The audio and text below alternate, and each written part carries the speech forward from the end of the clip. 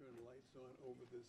Yes. Well, I think somehow we missed that. I think we usually do that last one for presentations, but I don't know when you. Thank Let you. there be light. All set. Off we go. Are we ready? Yes.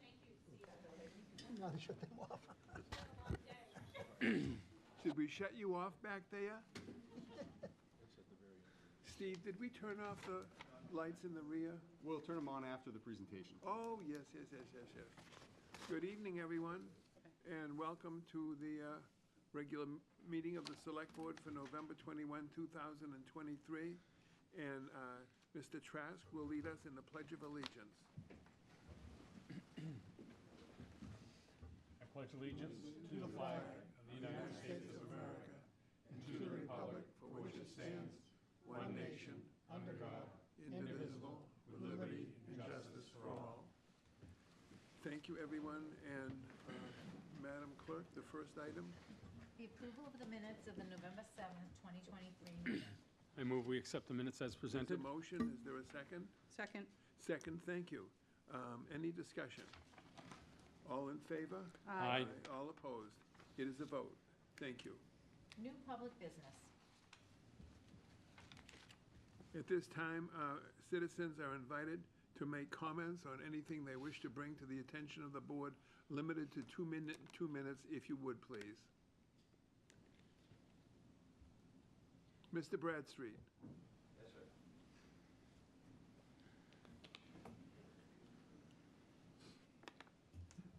Bill Bradstreet, Town Meeting Member, Precinct 1.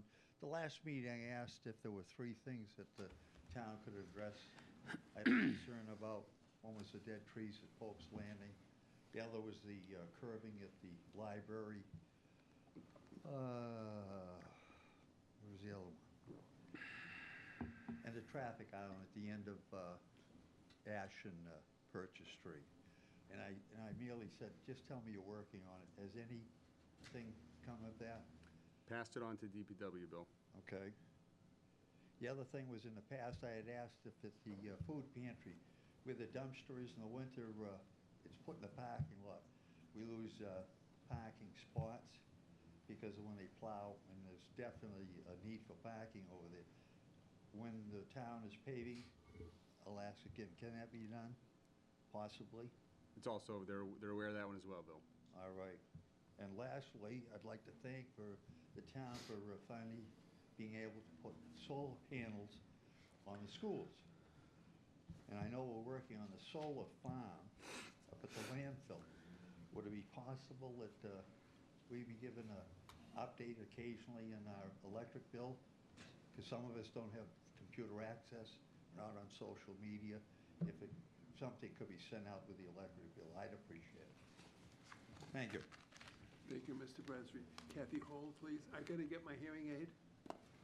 Can I get it for you? It's in my coat, Kath. There's a little orange. But I heard everything Mr. Bradstreet said. Thanks.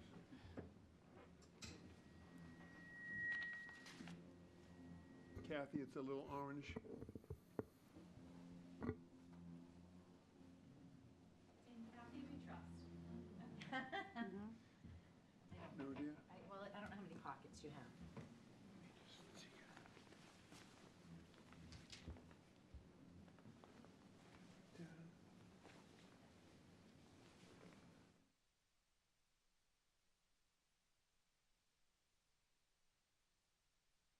We have an earphone thing. Do you have the extra earphone? For Mr. Mills, so he can hear. Yeah, well, it's like an earphone. Put in the Ethernet pad.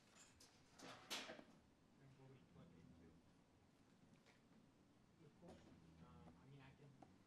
All right, if you find-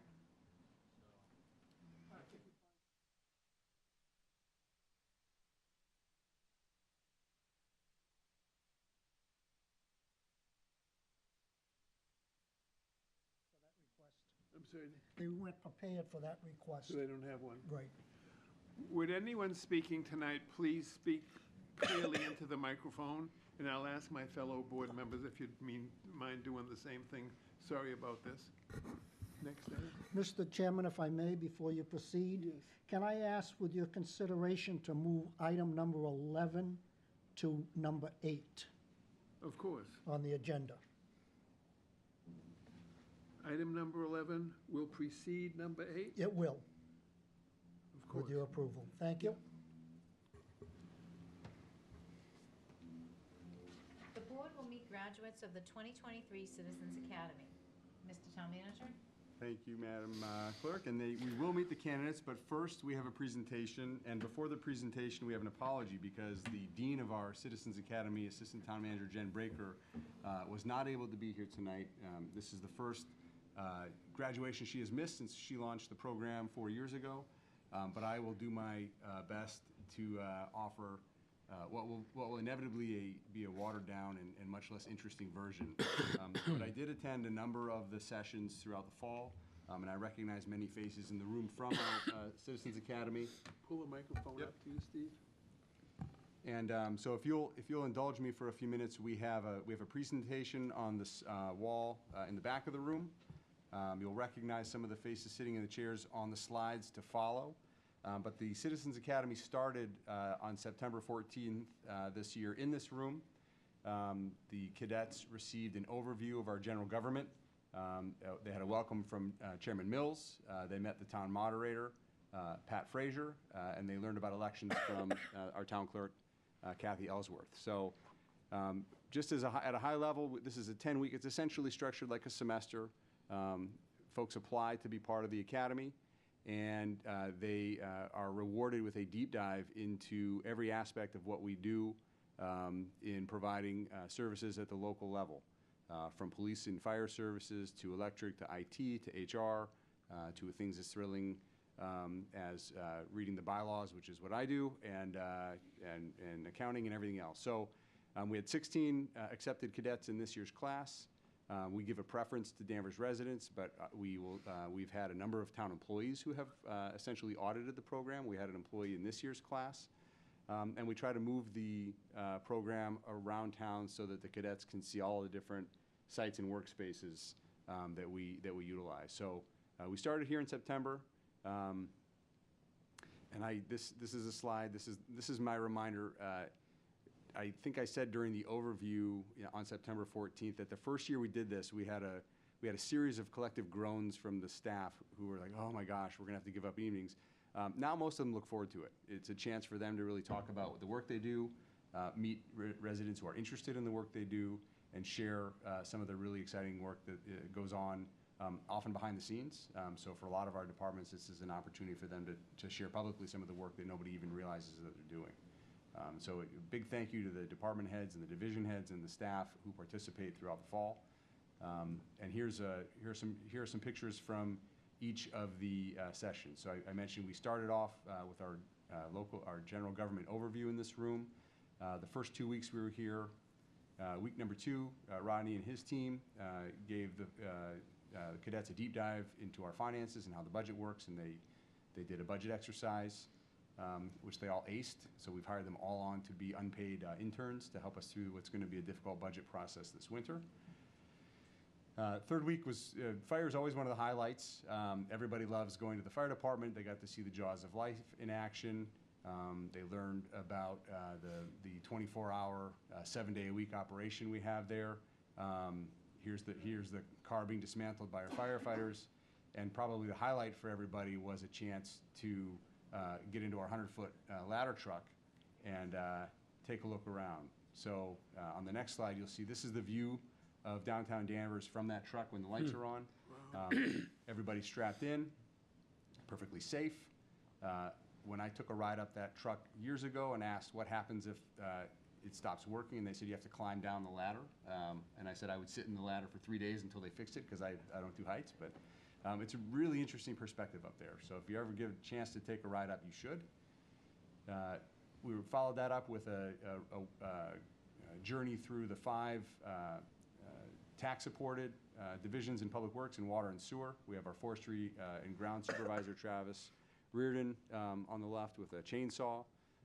They got to see some of the old wooden water pipes and sewer pipes that were in Danvers, more than a century ago, that we're still finding from time to time in corners. Went to Endicott Park and went through some planning exercises with the Planning and Economic Development team and learned a little bit about what our Inspectional Services Office does in upholding the building code and the zoning code. Week 6, we were at the library, and each of the recreation divisions, Endicott Park, Fun Club, Natural Resources, had a chance to talk about the things that they do. The library had a chance to take the cadets on a tour of their building and show them behind the scenes what goes on at the library. I believe Jen would have figured out how to make the PowerPoint work tonight, and I believe there might have been a video here. Instead, it's a PDF because I couldn't figure it out. So you just have to imagine that there's some action going on right here. And that's Phil McKenzie, our assistant Fun Club director on the right, leading the group through a really fun icebreaker that they often do with the kids at Fun Club. Next week was at the police department.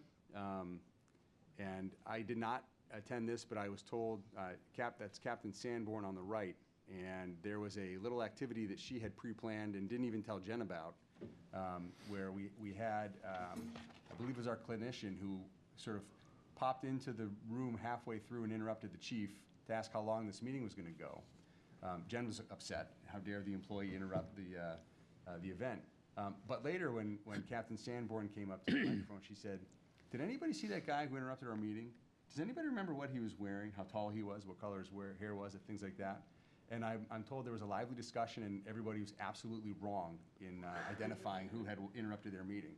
But it was a great lesson in terms of policing and observing. I've had this conversation with Bill about you're always observing and paying attention to what's going on around you. Here's another, use your imagination. I'm sure there was a great video clip here. Week 8 was over at the Senior Center, and we heard from our health team, senior team, and vets about the services that they provide. This is obviously one of our more outward-facing trios of divisions. So public health nurse Judith Ryan walked the group through a series of natural and man-made disasters that she's prepared to help people navigate. Dare I say excited, that hopefully she'll never have to use those skills, but she certainly is prepared. Week 9, we went to back to DPW. This time we went to Two-Borough Street to the bays where the electric line trucks live. They moved those outside and set the space up for information technology and a run through the electric division and all that they do. And the cadets concluded their semester last week at the schools with our new superintendent and his team, learning more about what the schools, what their vision is, what their values are, and what they're trying to do every day to educate our kids.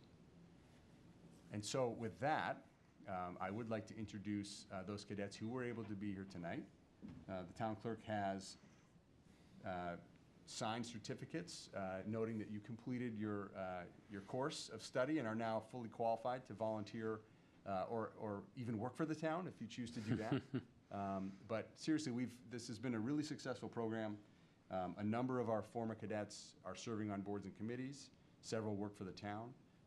And I think importantly for us, as our communications team is monitoring social media, oftentimes we see former cadets jumping into conversations and helping people find the information that they're looking for and pointing them in the right direction, which is really sort of touches all of the different areas where more than we could have hoped for from this program. So with that, I'm going to read off names, and when your name is called, if you would like to come up and receive your certificate from Kathy Ellsworth, that'd be great.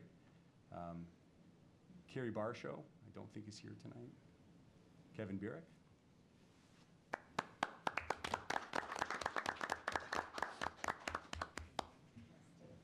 Do you want to have them stay up here? Sure, yeah. Phil Boldick.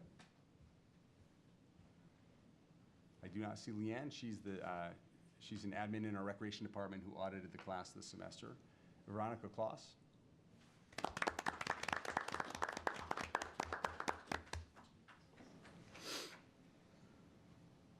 Stephen Farrar.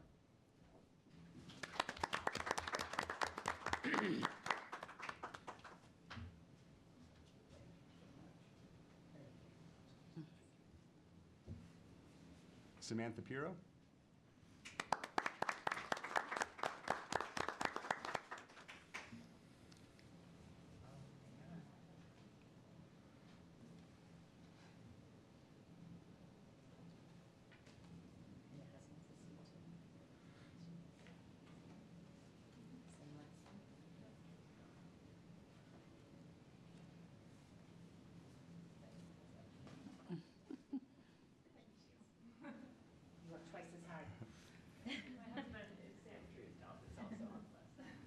But he's not here tonight. I don't see him. Okay. And Robert Stellato.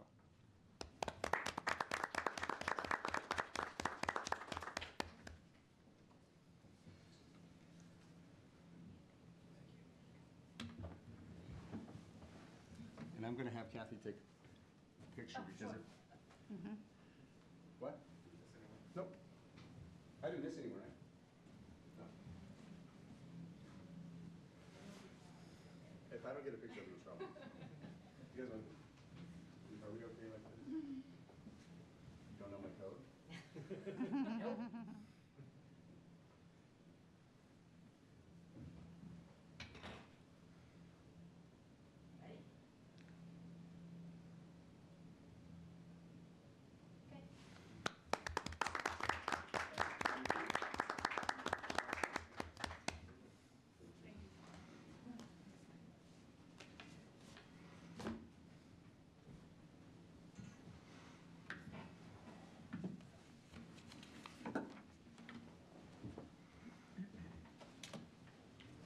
Ready? Next item, please. The board will consider the application of BYO Events LLC, Michael Demarkian, applicant for a one-day wine and malt license at Copy Clearance Center, 222 Rosewood Drive, for a corporate gathering on Wednesday, December 13th, 2023, 3 o'clock p.m. to 5 o'clock p.m. at that location. Welcome, Michael. Thank And you. would you speak into the microphone? Tell us who you are and what it is you'd like tonight. Absolutely. Thank you for having me tonight. I appreciate all of your efforts. I'm Michael Demarchian. I work in Beverly, but as a side job, I also work at BYO Events with a few partners. We are a starting up bartending business, hoping to expand into event services. We are working with corporate services over at Rosewood Drive to help them host a corporate event. They told us December 13th, they're hoping to do some sort of end of year thank you to their employees. So they asked us to help bartend, and we worked with them to provide the application. And they're looking for beer and wine service from 3 to 5, as Kathy mentioned. And they're getting food from Henry's Market in Beverly, so there will be food picked up, not prepared on site. And I believe that's it preliminarily. Thank you, Michael. If you'll stay there, the board members may have some questions for you. Matt? Thank you, Mr. Chairman. So it sounded like during your presentation that you currently work as a bartender or in an establishment that serves alcohol? No, I don't directly, but my partners have historically. We all have our tip certification, so we've picked up shifts over time, a few of us, and I work in semiconductor industry. I see, okay. So yourself or someone with your company, I suppose, is experienced with checking IDs and just maintaining a semblance of order during the event? Yes, at least 2 of them have worked in restaurants as bartenders before. Okay, all right. 3 o'clock in the afternoon, that sounds like a fun event. Happy hour. All right, I'm all set, thank you. Thank you. Thank you, Michael. Maureen? I'm all set, thank you. Thank you, Maureen. Dan? If I may, through you, we didn't get any paperwork. I Kathy. assume it's all in order? The paperwork is in order. I don't generally provide one-day paperwork. Okay, thank you. All Anything set. else? Thank you, Gardner. No, Mr. Duggan asked the questions I would have. I'm all set as well. Thank you. It is a, is this a public? Oh. It's not a public hearing. Well, then no one can say anything, except Mr. Bradstreet. Are there any, is there a motion? I move we accept the application as presented. And is there a second? Second. Thank you. Any further discussion? All in favor? Aye. All opposed? Thank you. It is a vote. Thank you Good very luck with much. that, Michael. Thank you, I appreciate it. A public hearing will be held on the application of the Polish, Russian, Lithuanian, American Citizens Club at 12 Cheever Street, Peter Usalis, President, to modify an existing entertainment license to update coin-operated amusement devices to up to 4 at that location. Hi. How we doing? Would you speak up and say who you are and what you would like from the board tonight. Sure. My name is Peter Usalis. I'm the president of the Polish, Russian, Lithuanian American Citizens Club on Cheever Street in Danvers. And we're looking to have our entertainment license modified to include 4 coin-operated machines. Is there another person with you who'd like to speak? My name is Charles Romeos. I'm the manager. Okay, thank you, Charles. If you'll stay there, Peter, Yep. because there may be some questions. Matt? Well, thank you, Mr. Chairman. So just for transparency, I'm a member of the Polish Club. Can you just describe, we have a kind of a layout of the Lithuanian room? Yes, Which- that's correct. Which today has typically has several, maybe 24 tables and chairs. Is the plan to kind of modify that, or can you just explain? We would eliminate some sitting chairs in place of the pool tables Okay. and the basketball machine. Okay, so what are the devices that you're looking to install? Because today you have a jukebox. We have a jukebox. Our current entertainment license does have one coin-operated device, which we've all tried to do some research here to find out what it was, and we don't know how far back that goes. We're looking to add a basketball machine, 2 pool tables, and a arcade machine. All right, that's all I have. Thank you. Nothing else, Matt? No, I'm all set. Maureen? No, I like the Polish Club too. I'm not a member, but good luck. We'd love to have Yeah. you. Okay, thank you. Thank you. Dan? Thank you. I also am a member of the Polish Club, and few questions on the diagram. Yep, go ahead. I see a pool table and a basketball. At the time that I did the diagram, we didn't add the second pool table or the other coin-operated device, which is a golf arcade machine, and we were going back and forth as to which way we wanted to go. So you decided on 4. Yes, for right now, yes. So question through you, Mr. Chairman, to the clerk. His entertainment license now covers 1 coda plus the jukebox. Will just change it to 1 and 4, which is an addition 3.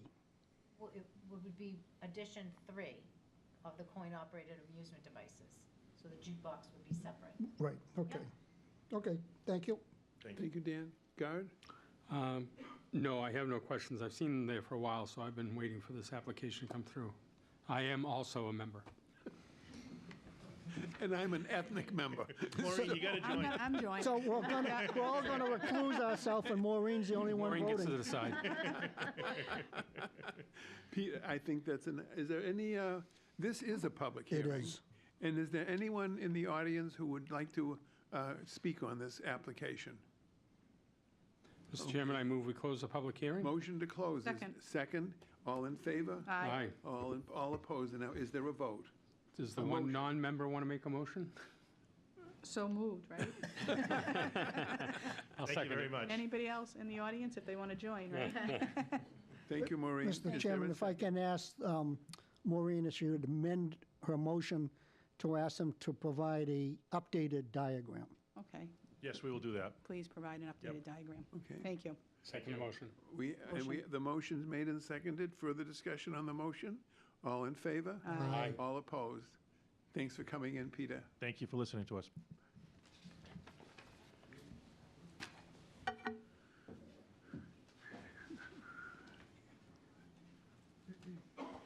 The board will consider requests by Danvers Falcon Fest in collaboration with the town for 2 first-time banners for the following. A ceremonial bonfire over Maple Street from January 8th to the 14th, 2024, and B, for fireworks over the High Street from August 5th to August 11th, 2024. Is there someone to speak to the application? Please proceed to the podium, and please speak into the microphone.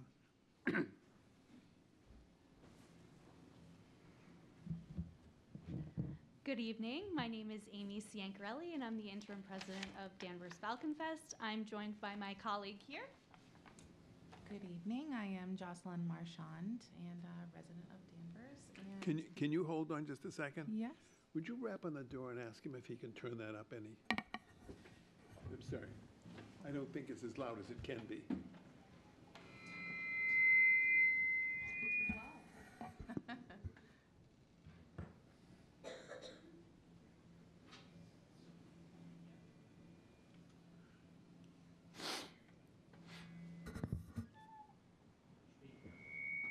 going to do his best. Okay, thank you, Steve. Excuse me, ladies. Would you, Amy, I heard your name. I did not hear your name. I am Jocelyn Marchand.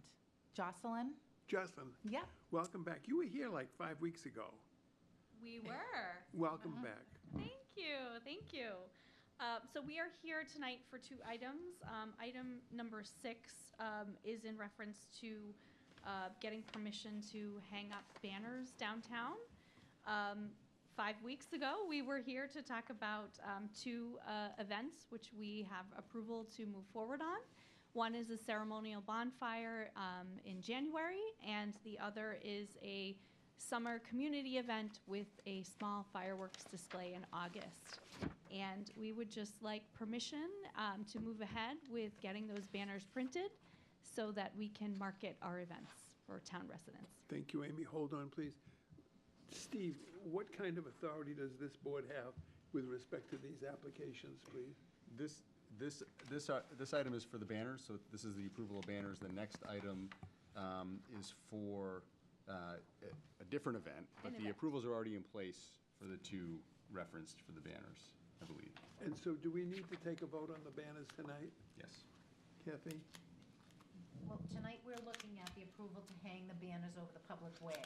I believe the two events were already discussed at a previous meeting and under Okay. the authority of the town manager. Okay. So, so it requires a vote of the board. Hearing that, is there any need for further discussion? Questions by board members, please? Hearing none. Is there a motion? Mr. Chairman, I move we accept the applications for the banner hangings as presented. Second. Moved and seconded. Is there any further discussion? All in favor? Aye. All opposed? It is a vote. So that's that one. Thank you. What's next?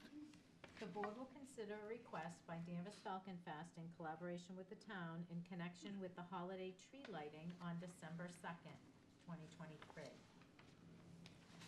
And what exactly do you want from this board tonight? Tonight, we are looking for permission to block part of Maple Street from Elm to Cherry so that we could have activities prior to the tree lighting and parade event that is planned that we've been working with the town manager's office on. Okay. If I may, Mr. Yes, Chairman, please, go I think what they need is permission from us, one, to close the street, and two, to have a parade. Okay. Yes. Is that what you'd like? Yes. Exactly. Hearing that now, there are questions by members of the board to Amy and Jocelyn. Can I make a comment? Sure. So this holiday tree lighting, the detail's very thorough. I'm sure you worked with Jen to put everything together. Yes. And it looks like you've dotted all your i's, crossed all your t's, and I hope it's good weather. Thank you.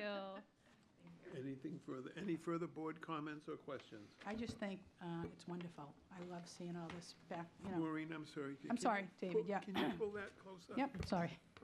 I think it's wonderful. Your ideas, the planning, the volunteers, the businesses you'll be going around. I think it's a great event. I'm looking forward to it. Thank you very much for your hard Good. work. Thank We you. look forward to seeing you all. Thank Be you, there. Maureen. Any further Matt, did you? My 4 Yeah. grandkids. Yeah, just a couple questions. So the time frame, it says the event begins at 4 PM. Is that when you plan on closing the street? Or can you just describe a little bit more about, is it going to be like the, kind of the downtown, like the oldies night event, the same kind of area? I'm going to let closed? Jocelyn speak to that. Just describe the area that's going to be closed off. Sure. The area that will be closed off will be the same as the downtown rewind that we had, similar to the oldies night. It'll be from Elm to Cherry Street, so just short of the entire Maple Street Square. We plan to close it at 3 PM so that we can set up the activities that we'll have that night. And it will be shortened in comparison to maybe previous years past. I think traditionally it was from like 2 to 5. We're starting at 4, but we're going to have a lot of events and entertainment within that hour and a half before the tree gets lit. A lot of kid-friendly activities, reindeer station, reindeer games, We have the Girl Scouts doing performances. We have the high school, middle school chorus, the middle school chorus doing a performance, as well as the Dance Center of Danvers. And I believe the Maple Street Choir is also going to do a couple of songs. So it's going to be a jam-packed, fun hour and a half, and we'll get everybody over to the side streets. We have a safety plan in place with Chief Lovell that we were working on, and to lead in the big fire truck with Santa Claus to light the tree, we have a small parade coming up Maple Street, and we'll continue to the Candy Cane Hunt after the tree lighting down at Plains Park, which the rec department is planning. All right. Well, it sounds awesome. That'll be fun. Thanks for your effort, and I wish you success. Thank you. Are we still on 6? Yes. Seven. 7. David, We're on can- 7. Mr. Yeah. Chairman, can I just ask something? Could you Yes, let the Maureen. audience know how they could donate, or if they wanted to help, who should they contact? Yeah, so our website is danversfalconfest.org. There is a donation page on that website, and all contributions from different residents coming in all help contribute to our free community events that we have coming up, like the winter bonfire, the summer fireworks that we have plans in place for, as well as other fundraisers that we put on besides Downtown Rewind, the Wiffle Bowl that we had this past year. So we have a pretty big year lineup of different happenings in Danvers, but certainly we need help putting them on, and that's where the contributions come in. So donations can be made on the website, or finding us at the different events. We also have a fundraiser that we are doing right now called Light Up Danvers, where we're selling a holiday goodie bag and map to all the houses that are lit up in Danvers.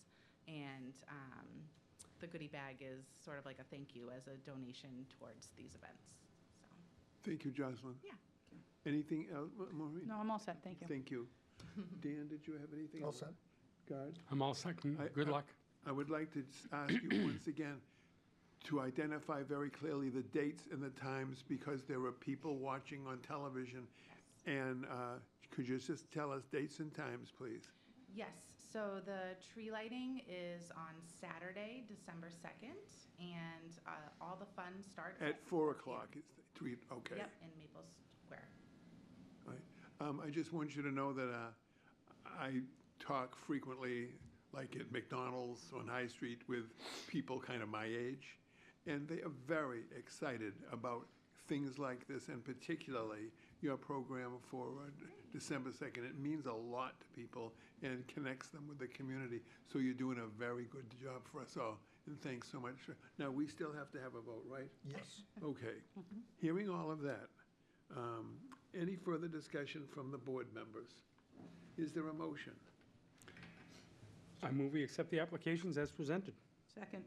Moved and seconded, further discussion? Hearing none, all in favor? Aye. All opposed? It is a vote. Thank you for being Have with fun. us again. Thank you very much. Thank you. Happy Thanksgiving. You Thank you. too. The town manager will report to the board on various items of interest. Mr. Town Manager? We're taking, No, I think 11 Switch moved No, up there. number 11, Kathy. Oh, I thought it was after number 8. Oh, excuse me. Prior to. Prior to 8? Okay, we'll move to number 11. The board will consider the town manager's recommendation regarding a trash fee. Mr. Town Manager? this is probably of more interest than anything I would mention under items of interest anyway, so it Pull the makes sense that we microphone, take this out of order. Thank you, Mr. Chairman, Madam Clerk. The board received a memorandum with the packets this week, which essentially encapsulates what's been about 6 months of process and discussion and meetings of the Budget Conference Committee. What is contained here reflects a lot of work, and I want to note Erica DiDonato and Cheryl Stanford from our DPW admin office. They have taken literally hundreds of phone calls with residents to help them understand the new program, answer questions they have about the bins and the opportunity to either add bins or scale down the size of bins. But I'll briefly walk through what's here in the memo and then explain what I'm looking for from the board tonight. So again, the memo sort of encapsulates the various aspects of the new trash program that we migrated to this year. One note up front is that, as we've discussed at previous meetings, the town was able to work with the vendor to bring weekly recycling back starting January 1st. That has been the single biggest challenge that I think residents have faced under the new program, that the biweekly recycling, we're good at recycling in Danvers, and so a lot of folks were having a hard time doing that. We were preparing to stand up satellite drop-off locations around town. We heard from some residents at prior meetings about their unhappiness about having to have that in their particular neighborhood. We believe that the weekly recycling will probably eliminate the need to have unsightly drop-off sites located throughout town. That did increase the cost of a service that had already increased considerably from the prior year, and I'll mention that toward the end. But at a very high level, Danvers provides curbside pickup to around 7,900 households. Any property in town with 4 or fewer units received a standard set of barrels, a 65-gallon trash can and a 95-gallon recycling bin. Properties with legal EFLAs that are recorded with the Registry of Deeds, upon request, would be entitled to a second set of bins. Most have not requested those at this point. What we've been talking about and what I'm recommending tonight is that starting in FY25, we implement a trash fee to offset the cost of that increased service. And we'll circle back to that, but I want to touch on some of the other parts of the program first. We talked since the spring that additional carts would be made available to residents who needed a second cart on a weekly basis. As of November 15th, we've had 69 requests from residents for a second trash barrel. And similarly, we've been taking requests from residents who are having difficulty maneuvering the larger bins, and so we're offering a smaller set of bins to folks who request those. We've had 103 requests for smaller sets of bins. We don't mix and match the bins. If you've requested a smaller trash bin, we're also providing a smaller recycling bin. There's a slight reduction in cost for those, but most of the cost is in the collection, and so that's why it's a modest decrease for that.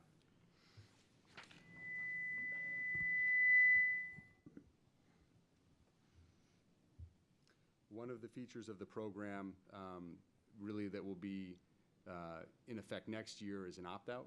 If individuals, I think it will be difficult for a single-family home to find a hauler who can provide service at the same cost as the proposed trash fee, but certainly individuals who are living in 2 or 3 or 4 family homes have the option under the program of looking at alternatives to town curbside collection. If the fee's approved, we would be offering exemptions to any families that currently qualify for statutory exemptions for tax abatement.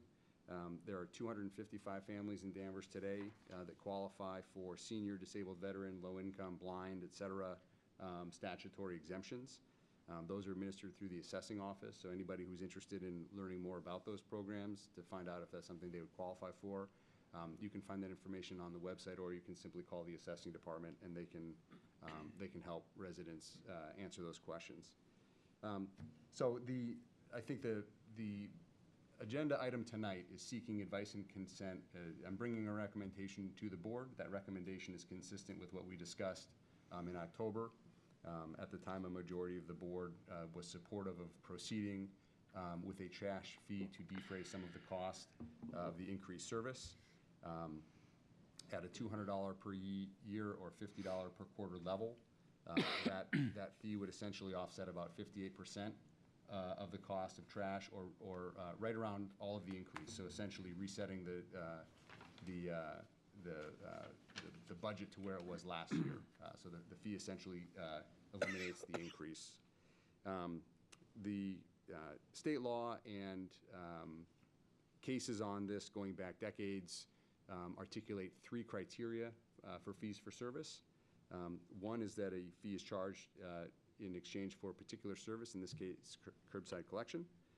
Second is that it's a voluntary fee, meaning residents wouldn't be compelled to use the service. If they wanted to shop around or try to find an alternative to that service, they have a right to do so. And the third criteria is that the cost of that the fees collected do not exceed the cost of the program. And in this case, as I mentioned, following guidance from the Department of Revenue in terms of what percent of estimated revenue we would expect, we would be collecting a little bit less than 60%. So 42% of the cost of that service would remain in the tax levy. So again, most of what's covered in the memo in terms of the cost for an additional bin or the discounted rate for a smaller bin or managing the exemption process falls within the authority of the town manager. What I'm looking for tonight, again, is advice and consent from the board to proceed with the fee next year, as we discussed in June and in August and in October as part of the Budget Conference Committee process. And I would be happy to, I'm sure there are questions, and I'm happy to answer those questions. Thank you, Steve. Thank you, Mr. Chairman. So, colleagues, this memorandum in our packet, which I find extremely comprehensive and competent, represents more than 6 months of discussion about trash fees, some public hearings, public meetings, and agonizing by members of our town administrative body. At a public meeting, a majority of this board, along with representatives from the school committee, library trustees, and finance committee, supported implementing this trash fee next year to offset the considerable trash-related costs increases in our budget, which have negatively impacted our ability to fully and continue to provide other municipal services. Based on the majority support from this board in October, the manager met with staff and our vendor to finalize changes to this program, which the memo notes includes restoration of weekly recycling, a $200 annual trash fee collected quarterly, and discounts of various kinds. Tonight is not a public hearing. It is a chance for board members to ask further questions and offer their advice and consent, or perhaps dissent, regarding the manager's proposal in form of a vote. So it's not a public meeting, but the town manager, actually with authority of law to implement the fee without our consent, has asked for our advice and consent. And with that being said, I would ask if there are comments from members of the board. And Matt, start at your end. All right, thank you, Mr. Chairman. And Matt, could you speak into the? Yes, thank you, Mr. Chairman. Just a clarification on where the $200 trash fee will be used. I think during the Budget Conference Committee meetings, it was framed as being earmarked for a special education, for special ed students to bring them back in district. So what I'm hearing tonight is different from that perspective. It's the trash fee will be specifically used to cover the cost of trash collection. Can the town manager kind of clarify that for us? Thank you, Matt. Yeah, Steve? the two main components of the presentation in October had to do with the escalating special education costs and the cost of trash. The school administration presented ideas that they had for bringing kids back in district. But the school budget, it falls under the authority of the school committee, and we can't earmark dollars to do any particular thing. Revenue generated from a trash fee would be general fund revenue, and it would roll into the budget to be appropriated by town meeting next year. So essentially it would show up as a new local receipt in the revenue section of the budget. The proceeds of that trash fee could be used for any purpose that the town meeting through its budget approval process deems appropriate. Certainly, if new revenue is available through the town budget and the school administration makes a recommendation that some of that money be used to fund special education, that's something that the Finance Committee and the Select Board and ultimately the town meeting would be able to evaluate as part of the budget process. But we could not earmark dollars today and say those future dollars would be for a particular use. These would be general fund dollars, and they would flow through just like building permit fees, et cetera.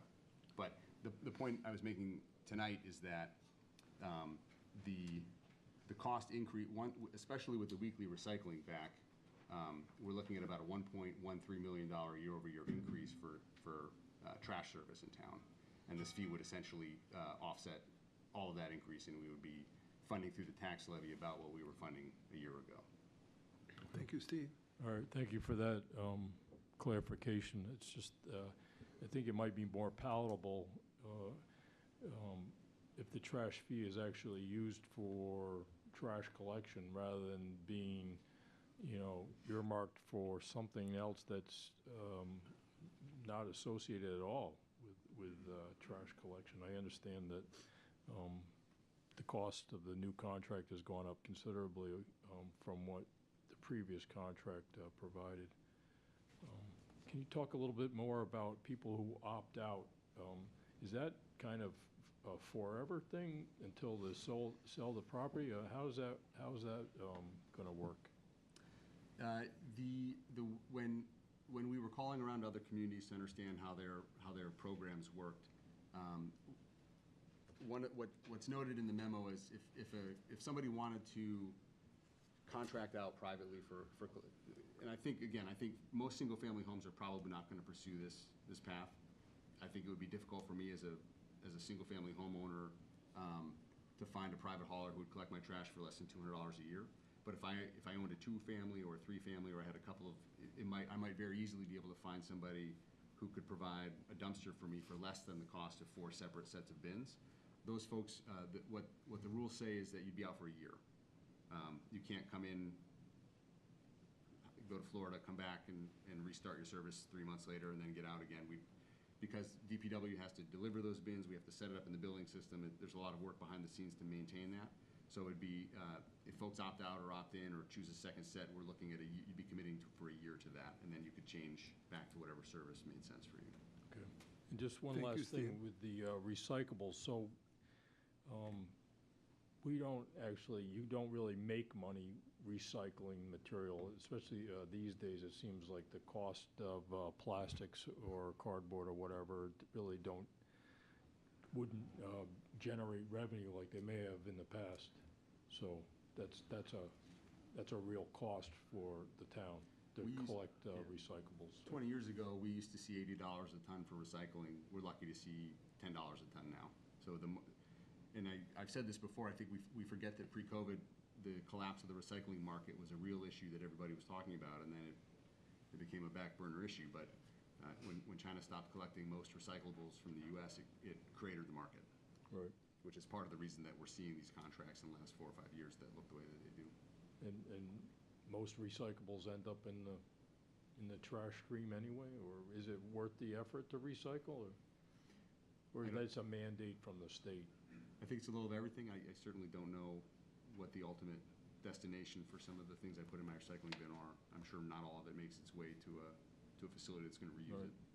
Okay, that's all I have. Thank you, Matt. Maureen, could you wait? Are you able to hear in the room? Okay, it's just me. Okay. Thank you, Maureen. Thank you, David. I was under the same impression as Select Board Member Duggan about the increase, which I do not want. I'm going to make that very clear for the residents, is that was because of the special education costs. I don't like the fact that it would go into, if the town manager were to grant that it does go into local receipts. I do agree, if it has to be that way, which I don't want it, and we have no control of it, is that it would be designated for trash collection only. I don't like the general fund. Too much goes into that general fund. I want to know exactly where the numbers are. Other than that, the exemptions, if you could just elaborate, Steve, on when you said people, seniors, disabled veterans, go to the website. Where do they go to the website? They're seniors. We need to make it a little bit more easier for them, who they could call. I think you said the assessing department. Yeah, I would say for anyone who's not comfortable navigating, from the website, you go to danversma.gov, you click on departments and assessing, and you would find that information. You could also just call the assessing office. That would be the most straightforward. So You could dial right into 978-777-0001. You'll get the receptionist, or you can just wait and punch your way through to the assessing department. And what would that look like? What's that process?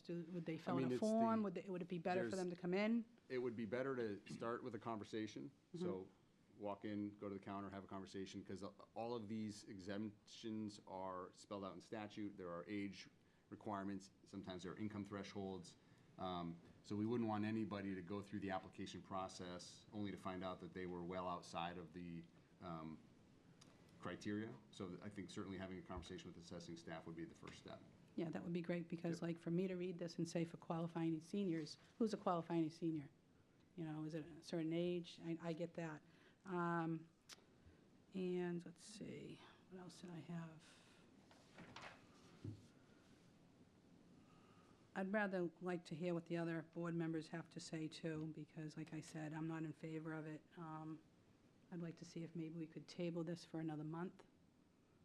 Maureen, I'm sorry. I said I'm not in favor of it, and I don't like the fact, another big challenge. I think the town manager said there's a lot of challenges for people, but I think this is another big challenge for the residents too, is to have another fee. We don't, as much as some people might say it's not a lot, it still is a lot when money's so important nowadays. So I'd like to hear other comments, and I'd like to possibly table this for another time to talk a little bit more about it before Thank makes you. the final We'll come decision. back to you. Thank you. While we're on the topic of trying to find information,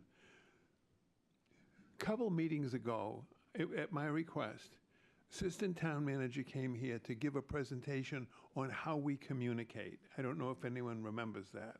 It was very important to me because people in my age group complained constantly, okay, I'm not supposed to mention age, about, and I'm speaking to people who may be watching tonight. So my friend Maureen down at Friendly's yesterday morning or this morning said, when are we going to have the tree lighting? Well, in the back of my mind, I thought it was Saturday. You know, I had to look and see what Saturday. And she said, you're supposed to know. I said, okay, I'll find out and I'll tell you tomorrow. Well, I went to our website and I was amazed at how user-friendly it is. Town of Danvers, you just put it in Google. The website comes up. Anything that you possibly would want to know, I think, about government in Danvers, including the tree lighting on December 2nd at 4 p.m., which was duly reported to Maureen this morning. So I just want people to know information, including everything about the trash recycling, is available there over and over and over again. Thank you. Dan, did you have comments on the town manager's request? Thank you, Mr. Chairman. Steve, on the EFLAs, I'm reading if somebody wants to get additional carts, that will happen. Does that mean that they're not going to be charged the $200 per unit unless they ask for the extra trash barrels? And will the EFLAs be charged the $200 fee? If an EFLA wanted barrels, it would be charged as a second household. Our conversations with, the conversations we've had, the limited, I should say, we're talking about EFLAs that are properly recorded with the registry, so Obviously. we know there are some that are not. They would request those bins, and they would be charged for those bins if it's two. Most EFLAs have not requested a second bin, right? Typically, if you think about an EFLA as you have a parent or in some cases a child living in that unit, they're typically fine with the two bins. But if you could certainly order the two and most likely order one additional trash can, but that would be, you'd be charged for what you were using as a separate household. Okay, so under the additional carts, and that's what we're talking, they have the option of getting one additional cart, say green or blue, or do they have to get both? I don't think they'd have to get both, but that's not a scenario that we've talked about at the staff level, so I could certainly report that back. And so the scenario you're describing is you have an EFLA that needs, they're going to take their base service, which is one cart of each, and maybe they only need one additional cart as opposed to two. Would they be allowed to buy an additional cart? We haven't discussed that, so we'll have to think about that. Okay, thank you. Under the paragraph of additional carts where you say 29 69 residents have requested the additional. And you say that it says here, a green cart, 65 gallons, is $160, while the blue 95 gallons, $100. Does that make sense? It does because it ties out to the cost. So that's when you take the trash collection and disposal cost as two of the three components in our budget, and then you take the recycling cost as the third component in our budget. Trash collection and disposal represents, if you were to think about it as a fraction, 160 out of 260, and the recycling is 1 out of 260. So we've dialed in those costs to represent, as best we can, the unit cost for each of those things. So trash is more expensive to collect and dispose of than recycling. Okay. We also think, and I believe that people have requested additional recycling cards. I suspect that once the announcement is made we're going back to weekly recycling, a lot of folks are going to cancel those. So we've delayed issuing those because we wanted to make this announcement that we're going back to weekly before we started delivering second recycling bins. But our guess is most of those additional recycling cards are going to be canceled. I'm sure it will be. Yep, that makes sense. Okay. You talked about the smaller carts. They'll turn in the big ones to get the small ones, and they'll have a little less of a fee. The annual fee will be $180 instead of $200.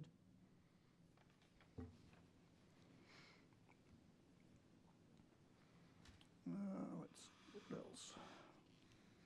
What is the length of time of the trash fee contract? Do you mean the length of our current contract? Correct. It's a 5-year contract. It's 5 years, okay. Because in the narrative, it says net revenue would be fully offset cost eventual of the new contract, fiscal '23 to fiscal '24. So you're only talking about one fiscal year on the Yeah, we're percentage. projecting revenues right now against the FY '24 budget. We don't have the FY '25 budget yet, so that's what I was saying. Certainly, the cost in '25 will be higher once the tip fee is adjusted for inflation. But when you compare the projected net revenue against the current budget, it would offset about 58% of that budget. So it would offset less of next year's budget, Okay, which we don't have yet. right. And the trash fee will be implemented fiscal '25, which will be in July '24. And what's the cycle on the water bills? So they go out quarterly, but not every property. I think there are 3 separate cycles. So essentially, there are quarterly cycles that are staggered by a month. We don't send bills to 25% of the town in January. We send them to 25%, send them to 1/3 of the quarter. So each month we're sending out bills, but your quarterly bills are going to be staggered from someone else's necessarily. I did a lousy job explaining that. You did, but it seems to me my water bill is paid in June. Right, so someone else might get theirs in May, someone else might get theirs in March. We Okay, don't so issue, it might start in July, but it actually won't be till the September bill. it'll still be on the fiscal year basis, but the timing of the bill will depend on which cycle you're part of for your water and sewer bill. Okay, thank you. Those are my questions, Mr. Chairman. Thank you, Dan. Gerd? Thank you. Just so, to make sure I understood this, and also to make sure that the audience and citizens have clarity too. The contract's been signed, and this tax fee is, what you're looking for is the opportunity to not put the increase in next year's budget, because if you did, we'd be starting at $1.13 million deficit if nothing else changed. The trash fee is, and an important part of this that might get lost is, the trash fee is only covering the increase, not the entire cost of curbside pickup. 42% of that is still being paid by taxes. And if I get any of this wrong, jump right in. Couple other things. The barrels are town property. They are provided as a service to the town, by the town. People have not paid for barrels themselves. They don't own the barrels. And we also promise, the town also promises to repair or replace the barrels as needed. And then I'm going to presume, or actually I'm going to ask, with returning to weekly recycling, there's no need to have a dumpster at any, off-site dumpster at any of our town locations? Is that accurate?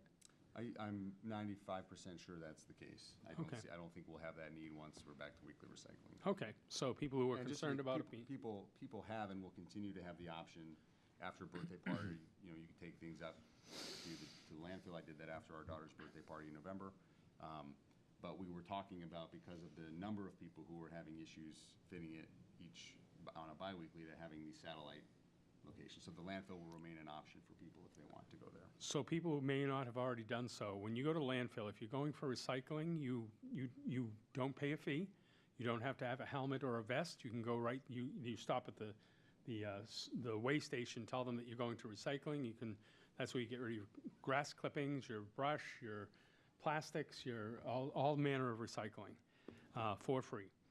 I had heard this confusion at the meeting, the budget hearing meeting, and online and here tonight. There is no linkage. The budget conference was about high-ticket items for the 3 primary budgets, and it included FinCom as well. There was a discussion by the school and how they plan to start addressing specific increases, but there was no earmark that if we do a trash fee, it goes to here or it goes there. It's illegal to earmark. All the funds go by law, into the general fund to be redistributed. So everybody should wipe out any thought that there was a linkage discussed. There wasn't. It would just happen that those 2 topics came up in the same meeting. I understand that you're opt-out, and the necessity for it being for a year. It would be an administrative nightmare to try to in and out people as they go away on vacation or mid-year changes. The other comments I hear often is, well, if I use less, do I pay less? This is a payment for a service, the service of pickup. It costs the same to come to your door and pick up the barrel regardless of weight. The tonnage on the other end, yes, it might be more expensive or less expensive, but at some point you can't go into the administrative morass that this would take to try to figure out if a elderly person only used half a barrel every week and another family used 2 full barrels. And you also mentioned in response to Mr. Duggan's question about recycling not being a for-profit issue anymore. And I don't want to measure it just in dollars. I want to measure it also in the social good that recycling does. It gets the plastics out of where they need to go. And it's also borne out in your lower fees for the extra bins. So I'm going to be fully in favor of this. I don't know that tabling this serves any purpose. It's the ability for you to plan for FY25. It's not something that's going to affect people immediately. It will be starting in July, and as Mr. Bennett said, based on your water bill cycle. So I'm comfortable with this. Thank you. I would like to speak to this. I'm very careful about the cost of our government. I live across the street and have been in that house for 54 years and have paid my Danvers municipal taxes every year for 54 years timely. Frankly, everyone's entitled to their own experience. My experience is I have had phenomenal municipal services in this town. Now, I took a lot of questions and criticisms about the newspaper report that the tax rate is going up an average of $316 for a house in Danvers. I would ask Mr. Bennett, who's a real estate expert, what is the value that each house in Danvers has increased in the last year? People come to Danvers because our services are great. Our roads are great. When the snow, they say, it's the best snow plowing in the Commonwealth of Massachusetts. I remember in other years, my electricity would go out more frequently than it has. In the last couple of years, except for some catastrophic, like windstorm we had around Fowler Avenue, or some really extraordinary blowout of the services, our service is superb. In case anybody hasn't noticed, our roads in the last 6 weeks have been a total nightmare as we are replacing water mains, gas mains, and other municipal services which over the course of time get older and need repair. We are up to date. And I just say that I don't like anybody spending my money. And I don't like paying any increase for anything, including the gas at the pump. But I think that this particular trash thing is a very important thing that should be, I want to commend the town manager and the public works people. My 4 nightmares in the last couple of years have been the cost of Essex Aggie mutilating our budget, the special education costs. If you haven't paid any attention to that, the state-imposed special education costs for special education needs children is absolutely devastating. And the more we can localize that and provide that service in Danvers is going to be a wonderful thing, and I hope we can do it. The trash contract, knowing it was running out, was my 3rd nightmare, because I knew we had a bargain trash contract for the last 20 years. And I must say, my trash collection has been flawless for as far back as I can remember, and it still is flawless from whatever change there has been in the ownership or management. And the final thing is, people have heard me crab before about tax-exempt properties like my high school, St. John's Prep, and the Essex Aggie, and the North Shore Community College, and all of the tax-exempt properties which total $1 billion in Danvers. So the rest of us are paying for services for $1 billion worth of property who are not paying. So I see this $200 as important. It is significant to people who are comparison shopping as I do, but I think that it is a very, very competent, perfectly negotiated, and I must say, I actually don't know how they did it. They did a wonderful job of covering my trash collection. So I hope that we can give a unanimous support to the town manager's need to implement. He doesn't need our vote, but I think he's entitled to our vote and our approval of this. And so let me see, that's what I wanted to say about that. Maureen, did you have something you wanted to add? What And I'd like speak to, into the yeah, I'm microphone. sorry, David, thank you very much for letting me speak. The reason I wanted to table it for another month or so is just to have some more further discussion, have residents talk to the town manager, give them a call, send them an email, show your concern, maybe to the other board members. This hasn't even really started yet, the new arm, the trucks and everything. So it's like we're implementing something that hasn't even really started yet, with the new contract. So I just wanted to table it for a little bit longer and just have the residents reach out to any one of us and the town manager to see if there's anything else that maybe he can come up with. He's a smart man. Let's see what we can do to save money to the residents.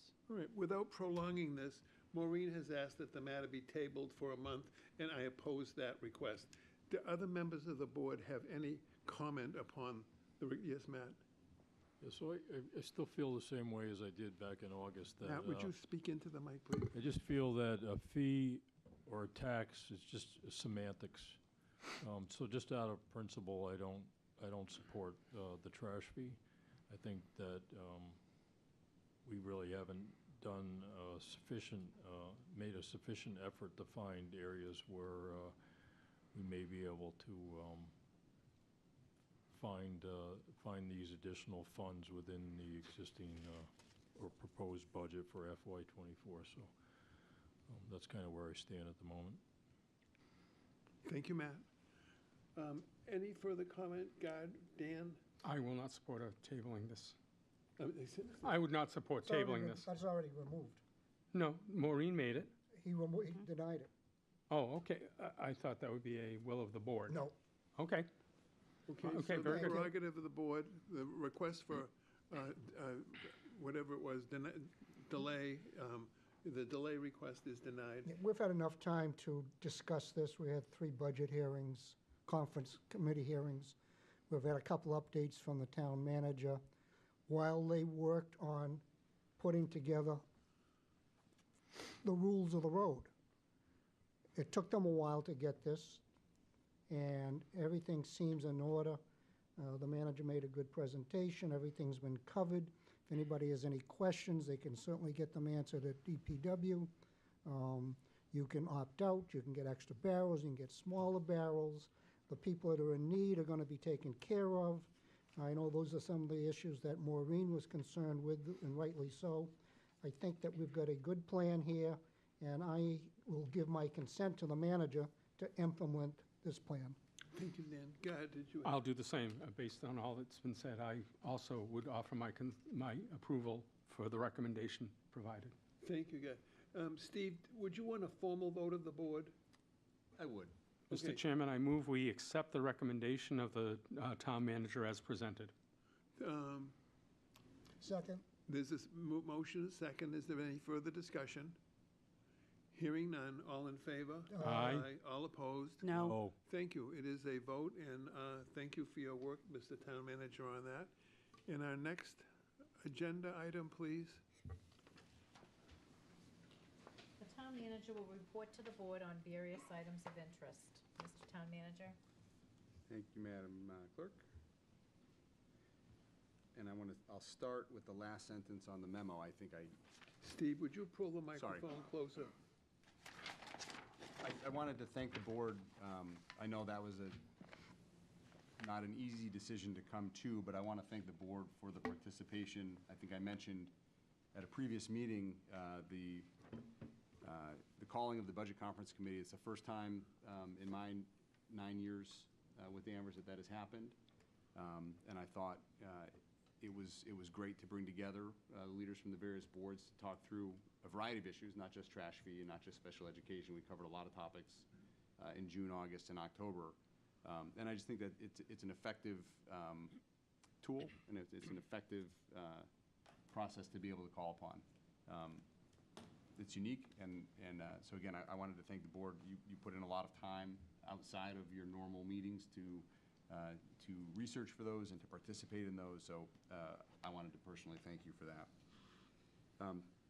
I wanted to give you just a quick update. You're going to be getting materials soon, probably after the holiday, but the planning department has been hard at work gearing up for our zoning special town meeting in February. We're looking at February 5th, which is Monday, 2024. The planning board has been working on drafts of a number of general and, well, mostly zoning, but there are some general and some zoning bylaw amendments that are going to be put forward, including some recommendations that came out of the ad hoc study committee that was formed by town meeting last year relating to historic preservation. You'll recall we had the town meeting approved the creation of a single parcel historic district for 42 Summer Street. And as part of that approval, the town meeting asked an ad hoc study committee to convene and look at several other issues. So there will be some recommendations coming back from that process. We have some very minor changes to the general bylaws pertaining to pool fencing, looking to relocate our building and wiring fees to be found where all of the other fees are found. The main event for that, main event in importance, but really it's a minor change, the MBTA Communities Act, which was passed last year. Several communities have made changes to their zoning to be in compliance with the MBTA Communities Act. The town of Danvers, when it updated its zoning in 2017 and 2020, moved 95% of the way toward where that act was ultimately going to require towns and cities to be. So in many ways, we're near the finish line, but there are some very minor changes that the planning board is working on that will bring us into full compliance with the MBTA law. And then there's some other housekeeping items, and also a request for an easement related to 42 Summer Street. When that property changed hands, it was determined that the building itself is located inside of the town right-of-way. However, the building existed about 250 years before our zoning book did. So we actually put our easement over their building. So they are, I think, very reasonably requesting that we provide them an easement so that their building, their first period home, can continue to exist where it has for 250 years. So you'll be getting, I met yesterday with planning staff to kind of review where they stood. You'll be getting a clean and a red line version of everything that the planning board is looking at. So you'll have lots of time to review that. and we can provide hard copies of anything that folks want. We'll note in the email, some of these are going to be several hundred pages long. So we do make copies available, and we're happy to provide those. But that's really the main update, is looking ahead to February 5th for that. I mentioned at the previous meeting, at our December 19th meeting, you'll be getting an update from planning staff, DPW staff, and electric on some work that's scheduled for next year to do some streetscape work in our downtown from High and Maple Street up to the old Lions. And I think the staff will be looking for some guidance from this board in terms of what the priorities ought to be before they start doing some public outreach after the holidays to talk about some of the ideas that they have. And then lastly, it's mentioned on the back page, and I don't want to steal the town clerk's thunder, but she has been hard at work planning the downtown business party for December 12th at Berry Tavern. So I'll note that, recognizing that she probably has an update that she'd like to provide as well. But those are the updates that I have for tonight. Thank you. Mr. Chairman, Thank you, Steve. question to Steve. Yes, please. Through you. I heard you say start the outreach with downtown businesses on the proposed changes. Is that how you phrased it? So, yeah, let me clarify. Planning staff called a meeting the first week of November with downtown businesses and had about 31 businesses show up and have a really good conversation about a variety of topics, some of which included the ARPA dollars that we have for doing, I mean, the main cost is going to be repaving High and Maple. But while we're doing that, we want to make sure that crosswalks are reoriented, that we do some streetscape work in terms of street lighting and benches and planter boxes. There are some policy decisions as well, but that happened in early November. The consensus at the staff level was to come and have a conversation with this board before reaching out to the businesses in the spring to get their feedback. Because if I'm already getting questions from the businesses, and I can't answer them. Sure. Because I haven't had a presentation. So December 19th is when, there was no presentation in early November. There was a conversation about Well, what's some coming. people Yep. heard what they think they heard. Okay. Anything else? They're not happy. Oh, I'm fine, thank you. Thank you. God, was there anything else? Not for me, no, thank you. All right. Kathy, where are we now? The board will consider consent calendar items as they appear below. So moved. Seconded? Moved and seconded. Any discussion? All in favor? Aye. Aye. All opposed? It is a vote. Thank you. Correspondence, select board new business, previous new business updates. Dan? Matt, would you like to start? Sure. So, we just heard the town manager talk about, And Matt, speak into the Yep. microphone. how's this? So we just heard the town manager talk about planning board, planning staff, and a friend of mine lives in Needham, and she explained that in Needham, the planning board is an elected body with similar to the select board, where people are elected in a staggered manner for either a 3 or 5 person board. So our Town Manager Act allows the town manager to appoint interested residents to the board. And I think that's kind of, based on what I see at times, it seems like a disservice for such an important role, that the decisions that this planning board makes, it not only affects the here and now for residents that live here today, but also for decades to come. The decisions that are made are arbitrary, and it's difficult to contest them.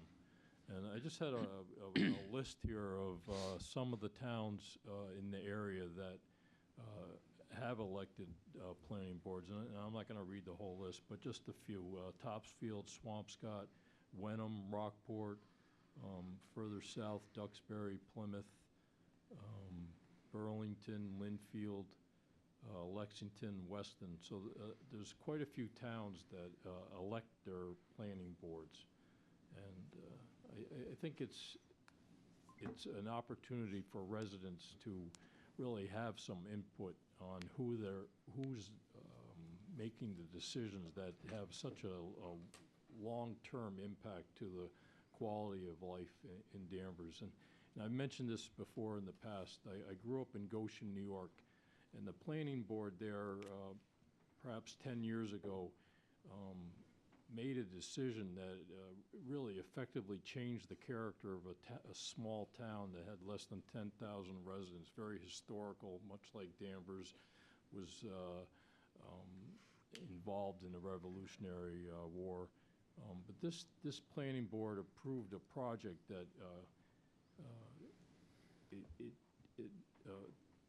it changed the character. This company purchased 500 acres and did basically a clear cut of the land.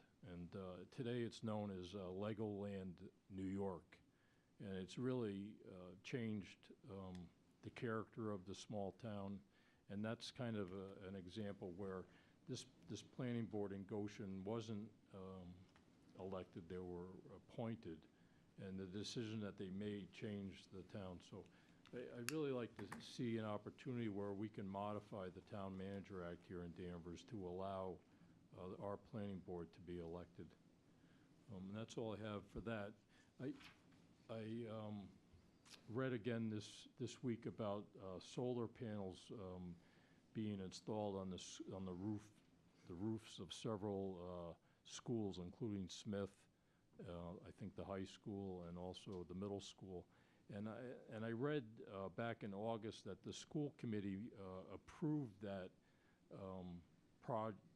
project to allow a private company to come into town and to install these solar panels on the roof, and they'll own them. It's just, if I could get a clarification from the town manager, does the school committee actually have the power to approve a project that involves town buildings? No, I'm happy to answer that. We spent probably 6 months going back and forth with their bond counsel, explaining to them that the governing documents in Danvers did not require that vote. They initially had requested votes from the select board and the school committee.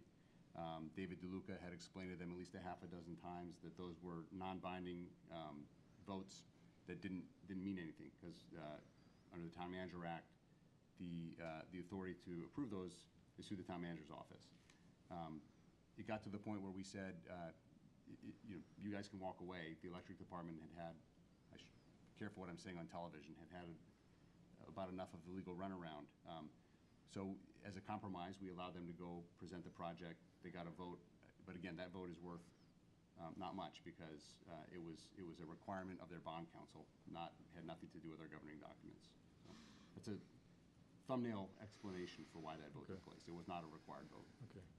So I assume the staff at Danvers Electric vetted this company and has validated that they're an appropriate partner for the town, and that in the long term that the town will benefit from it.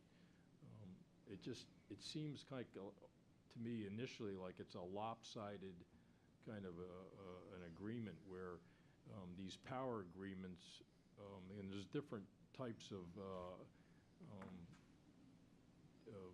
installing solar panels on the roof of any building, including your house. You can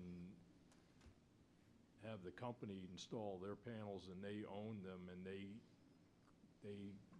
collect the revenue that the panels produce, and you may get a percentage of that. But the agreement that we have doesn't seem like it's the best one. So let me also clarify two things. One, I want to be careful. The runaround I described with an attorney who represents this firm is separate and distinct from the capability of the firm to do solar projects. The firm does great work. Right? The company that we're working with has done many municipal projects. They're all very successful. The frustration that we had was with their legal team, so I want to keep those two things separate. Clint Allen and his team spent months working on the best approach. One of the reasons that the PPA model is very, very common is that we can't access any of the tax credits that private installers can. This is why most private installations, when I was in Connecticut and we were doing solar projects there, Towns and cities, 33%, you're starting at a 33% disadvantage on most of these projects because they can get tax credits that write off a third of the cost. So anytime we're costing out doing the project ourselves, we have to be 33% more efficient out of the gate to even consider buying, installing, and owning them ourselves. So in most cases, what Danvers has is third-party agreements where we're negotiating the wholesale price that we're paying for the power if it's not being used on site.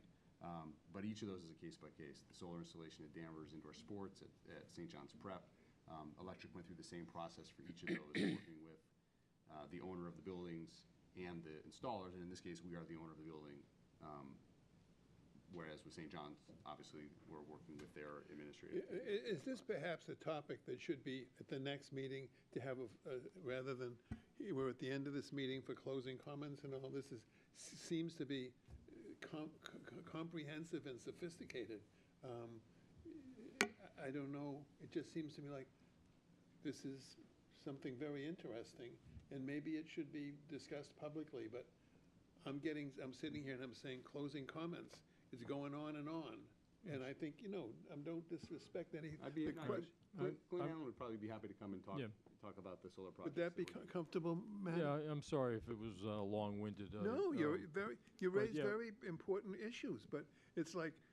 No, I understand. I'm all set with that. And just one last thing with, Thanksgiving coming up and, the holiday season. I think it's a great time to try to get along with everyone.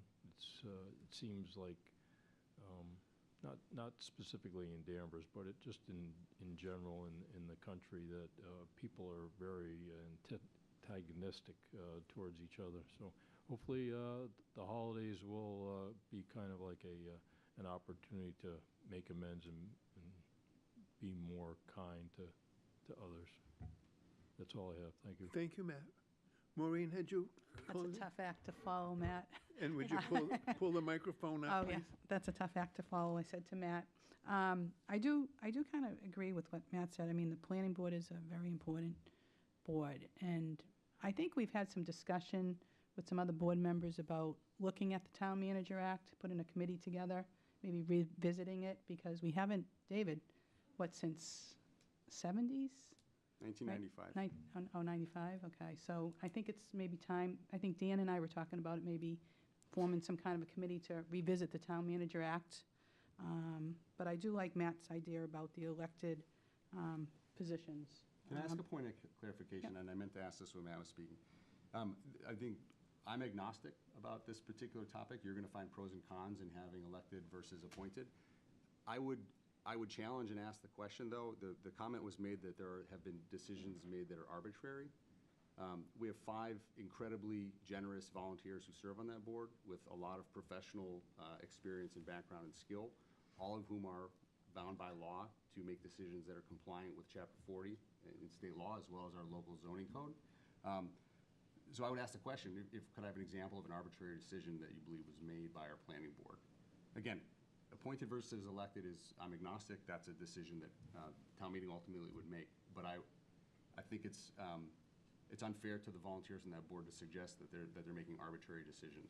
Yeah, maybe that wasn't the right word to use, but I know from watching the meetings that there can be applicants who present for an hour, give an hour presentation about some project that's really kind of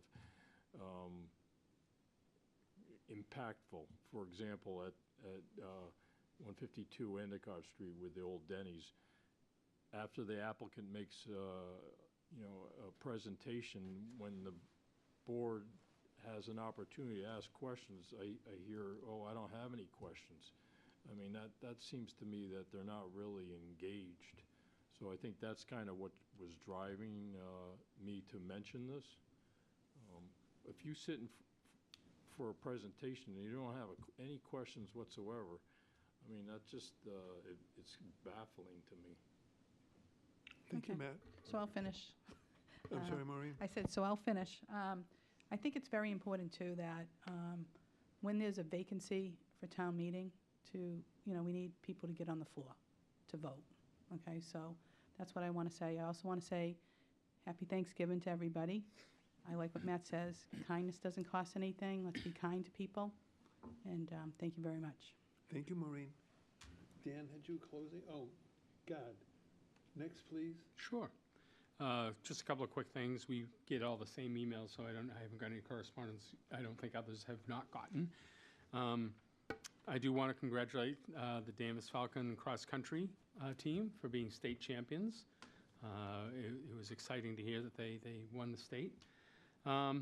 Also, I want to echo the same happy Thanksgiving to everybody, and we're a little bit late on Happy Diwali, the Festival of Lights. So enjoy your holiday season. A bunch of us probably have a couple of days off this long weekend. Relax and recharge and think about your families and give thanks for what you have. Thank you. Thank you, Guy. Could you hold for a second, Dan? Yes. The town clerk has a public service announcement. Yes, since the town manager brought up the downtown holiday party that the select board historically has hosted, I have it scheduled for Tuesday, December 12th at the Berry Tavern. At this point, it's really a hold the date from 5 to 7, working on the invitations with the town manager's office. The plan at this point is a cash bar with some food, some door prizes. The high school is going to come, one of the a cappella groups is going to come and sing. I think everybody really enjoys that. And I will have a more detailed invitation for the board at the next meeting. Thank you, Kathy. Thank you. And before Dan has the last comment, I just wanted to mention that St. John's Prep recently sent us $2,500 as a contribution. Friends of the Rail Trail. Friends of Endicott Park. And rail trail. And Rail Trail, And Rail Trail. 2 of them. Oh, 2 of them, okay. I thought I got the original checks. Apparently I didn't. They went to the right place. Thank you, St. John's Prep, and I'm sure a letter has gone out, Steve, or will go out.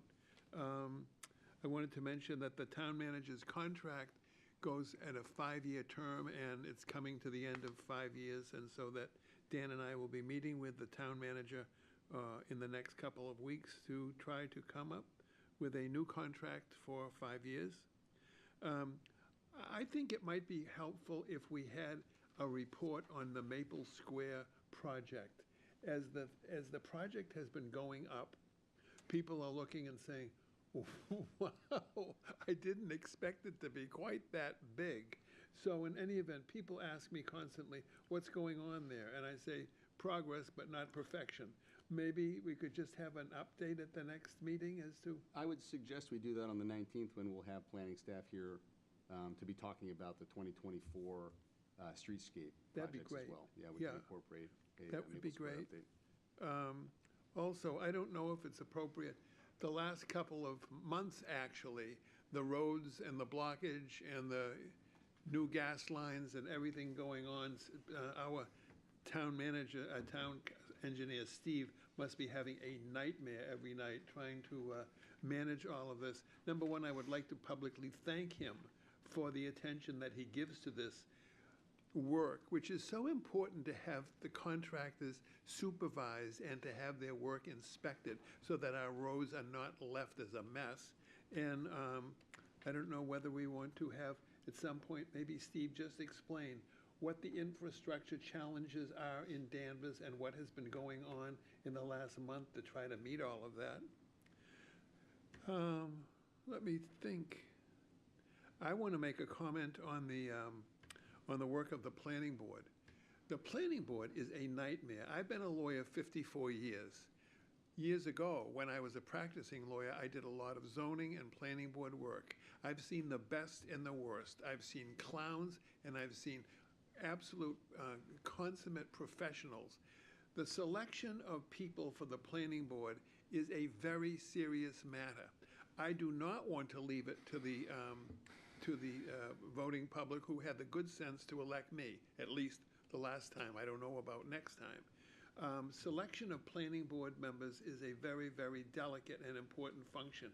And from what I can see, by and large, for the last several years, they've been doing a pretty good job, and I follow it.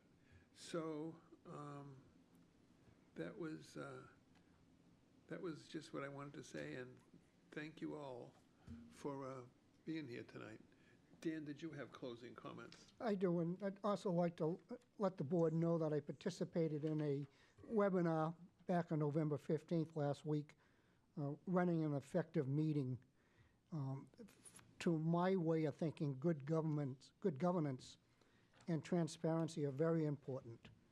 And in this webinar was presented by Diane Kennedy, a former select board member, Mike Betancourt, currently Karis North, an attorney from K&P, I think. Good information about the role of the chair, talking about common interest. My takeaways may be different from my fellow board members, but I certainly recommend this webinar, which is, it can be drawn up, certainly for anyone that's interested in being our chair in the future. There's good information about the role of the chair. And perhaps in the spring, we can talk about that as an agenda item, Mr. Chairman. Twice we tried to get together with a retreat to talk about the role of the chair and how to run a good meeting and the role of our select board members. And for various reasons, some members weren't able to attend or didn't have a buy-in.